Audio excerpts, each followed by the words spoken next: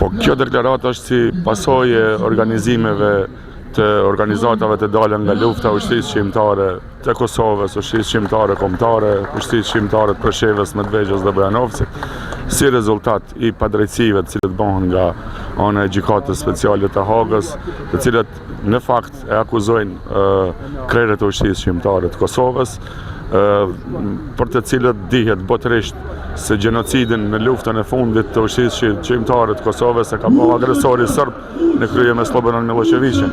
Dhe unë mendoj se shqiptarët si asnjëherë më parë duhet të jenë të bashkuar rreth një kauze pas gati 30 viteve pas përfundimit të luftave të fundit të ushtrive shqiptare në trojet shqiptare, pra në Kosovë, në Luginë Preshevës, këtu në Maqedoninë e Veriut, dhe ne duhet t'i japim një mesazh të fuqishëm botës se shqiptarët edhe një herë pas sa kohës, domethënë janë të bashkuar rreth një kauze për të dalë drejta, ashtu siç doli me luftën dhe me gjakun e derdhur të dëshmorëve, ne shqiptarët duhet të jemi të përbashkuar rreth gjakut dhe rreth këtë sakrificës të djemve të ushtrisë shqiptare. Besoni se do të lirohen së shpejti krerët e UÇK-s që mbajnë? Po nëse ka drejtësi dhe pjesëtarët e UÇK-s si gjithmonë kanë qenë ata të cilët janë ballafaquar me drejtsinë ndërkombëtare, për arsye se ne kemi besuar në aleatët tonë dhe vazhdojmë të besojmë. Edhe në Shtetet e Bashkuara të Amerikës, edhe në aleatin kryesor tonin pra në NATO-n, të cilët bashkarisht e kemi luftuar agresorin serb dhe të gjithë agresorët të cilat kanë qenë për krah agresorit serb në viset shqiptare.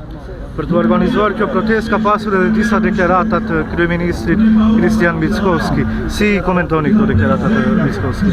Po, duke pasur parasysh se qeveria aktuale e Maqedonisë pak a shumë është në një vijë me vijën të cilën ndodh në Beograd, po jo pse jo edhe në Moskë, dhe unë mendoj se shqiptarët duhet ashtu siç ishin 98, 99, 2000, 2001 bashkë kundër këtij koncepti, kundër kësaj ideologjie ruso-serbe, duhet të jenë edhe tash bashkë që t'ja bëjnë me dije botës properëndimore, botës moderne, se nuk mund të ketë ndikim ideologjia dhe koncepti ruse dhe koncepti serb. Toni, shqiptarët bashkë megjithatë ka pasur hezitim edhe nga disa grupacione politike shqiptare që ta mbështesin këtë protestë. Leç të kanë thonë, çdo dele varet për kamën e vet. Faleminderit. Faleminderit.